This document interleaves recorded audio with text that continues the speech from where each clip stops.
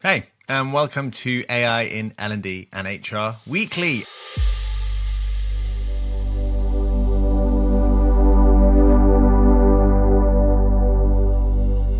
And I think I really need to rethink doing this on a Monday morning because I always look pretty tired. But hey, here we go. Lots happened last week. We've got agents, we've got hiring, we've got new integration into ChatGPT. We've got 9 headlines here that I'm going to walk through, show you what they look like in the sources, all with the goal of giving you what you need to stay up to date this week and make the decisions you need to make to stay ahead or catch up even in AI. So let's get into it. SAP pushes agents and assistants into HR with Joule. This is their AI agent. And what we're seeing now, as I mentioned last week, agents have been talked about a lot, but not many of them have been implemented. And SAP has now launched their proper agent that is being embedded across HR workflows. I've not played with this. I don't have access to SAP, but Josh Bursin says it's a pretty exciting development. And what we can see here is that it's evidence that agents are being deployed much more in large enterprises than in small companies, because there's been this huge push from executives and a huge investment in these things, chasing those efficiency gains that we haven't been seeing. So if you've been testing these things, let me know on LinkedIn. Number 2, Italy enacts a law, the first law in the EU on artificial intelligence. So what this law includes is transparency, offences for deep fakes, criminal offences, and what that means for us in HR and L&D, people in Europe, because this is going to have ripples across the entirety of Europe, is that we need to think about how we manage our training content, our communications, controls of vendors, accordingly in line with laws like this as more of these laws start to come in. And then, of course, the platforms are going to have to deal with the fact that there are disparate laws in the US, in Australia, New Zealand, Europe, every single country. So as AI continues to steamroll over the entire economy, the law is slowly catching up. And we're going to see that dance happening constantly over the coming years. And the kind of flip side to this is the news that the EU has rolled out a 1.1 billion plan to ramp up AI in key industries. Ursula von der Leyen has said that she wants the future of AI to be made in Europe. Obviously, AI way behind. I think the biggest European AI company is the German Black Forest Labs, which has the Flux image generation model, which I believe was integrated into Adobe Photoshop now. So lots of catching up to do by the EU. Obviously, almost all the money in AI at the moment is in the US. But what's going to happen for us? So more and more investment in AI in the EU will bring more demand for AI skills and compliance training. So L&D need to be prepared to be activated for that.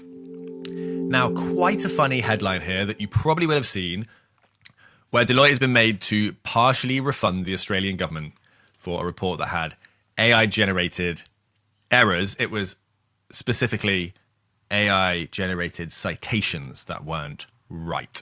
So they've actually had to refund 440,000 Australian dollars, 290,000 US dollars, which is about 220,000 pounds. So they say the corrections they made didn't change the conclusions, but of course, this is a huge hit to the credibility of big consultancies like Deloitte, and a lesson for us all to make sure that we have a human in the loop. Whenever we're building things with AI or using it at some point in the process, it needs to be checked by a human because we still can't quite trust these things. And for L&D, we need to train people on thinking and working critically with these tools.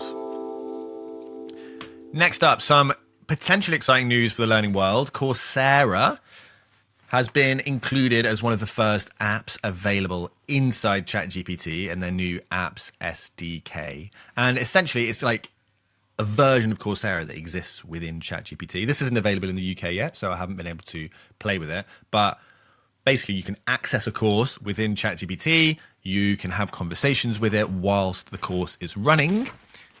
And I think it kind of unlocks some of what I personally find very frustrating about things like Coursera is that they're just linear learning experiences. You can't branch off them easily. You can't tailor them to your own needs. But inside ChatGPT, with all its memory of me and knowledge of what I know and what I can do, and the ability to get more conversational with the learning, lots of potential, cool stuff here, and a model for the kinds of things we should be doing with our e-learning and LMSs inside organizations.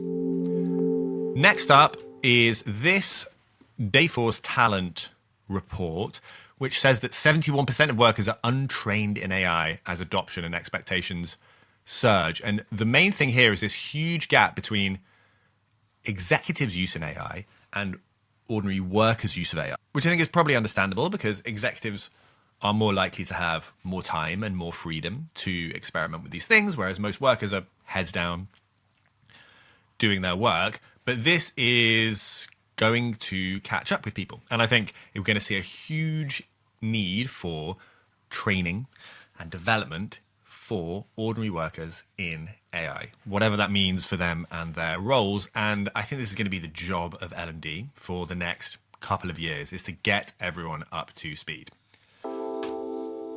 Next, a really interesting report here. And as far as I can tell, this is quite a rigorous report where they have surveyed 8,200 frontline employees. And of course, let's take with a pinch of salt because it was UKG who were an AI platform for workforce management. And they found that workers who use AI on the job are less likely to report being burned out. So whilst they say there is still an anxiety that AI might replace people's jobs, and in fact, look, 1 in 4 people saying part of their job has already been replaced by AI. So there remains anxiety about being displaced, but where people are using AI, they're actually burning out less. So what can we assume there? They are using it to do their work quicker. They're not overworked. It's making probably routine drudge work more simple and quicker to complete, which is leading to slightly higher satisfaction. So lots in here, and read this if you want to dig a little bit deeper. 2 more to go. So this report from Personnel Today, 1/3 of businesses explore AI solutions before hiring people. Really interesting. So this was a survey of 850 business leaders, and they explored the reports of 123 companies. And what came up was that 41% of those companies said AI enables headcount cuts, and 31% explore AI before hiring. This is what I mentioned last week. The Accenture, 11,000 people layoffs, and a bunch of the other layoffs that are coming are just the beginning of this. Companies are going to use AI as a reason. Some of them use it as an excuse to cut headcount. And we need to be aware that this is going to be coming.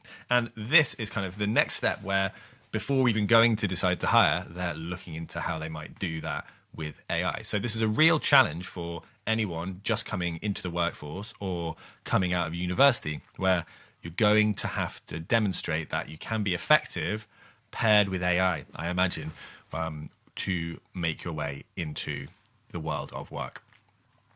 And the final story for today, actually, we don't have any more. That was the last story for today, and that was AI in L&D and HR Weekly. I hope some interesting stuff in there. I'll be back this time next week with the latest news from the last 7 days. Good luck out there. Get experimenting, and let me know on LinkedIn if you have any news stories or info or interesting stuff that I should know for this podcast. Cheers, folks.